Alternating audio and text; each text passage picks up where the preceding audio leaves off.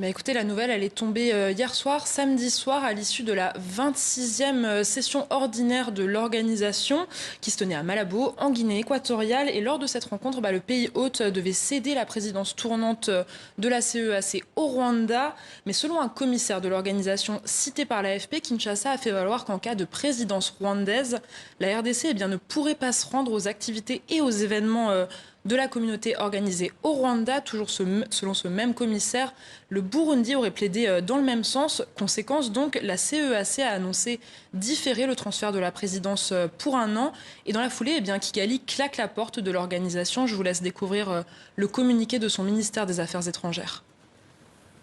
Le Rwanda déplore l'instrumentalisation de la CEAC par la RDC avec le soutien de certains États membres. Cette dérive s'est une fois de plus manifestée lors du 26e sommet ordinaire tenu aujourd'hui à Malabo, où le droit du Rwanda à la présidence rotative, tel que stipulé dans l'article 6 du traité, a été délibérément ignoré pour imposer le diktat de la RDC. Par conséquent, le Rwanda ne voit aucune raison de maintenir son appartenance à une organisation dont le fonctionnement est désormais contraire à ses principes et son utilité. Voilà, et c'est donc une décision qui a été bien évidemment largement commentée en RDC. À Kinshasa, notre correspondant Dadisson Gozo a recueilli la réaction d'Afani Idrissa Mangala. Il est sénateur pour le parti présidentiel UDPS.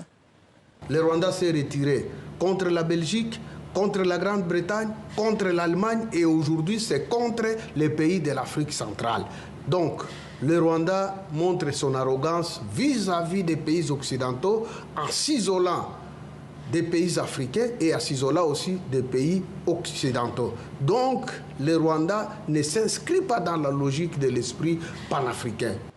En tous les cas, Namouri, on peut à présent s'interroger sur les conséquences de cette sortie puisque le 30 août 2025, la CEAC veut lancer sa zone de libre-échange attendue depuis déjà plusieurs années. Alors le Rwanda en fera-t-il partie? Pour l'instant, on n'a pas de précision sur les modalités de ce retrait.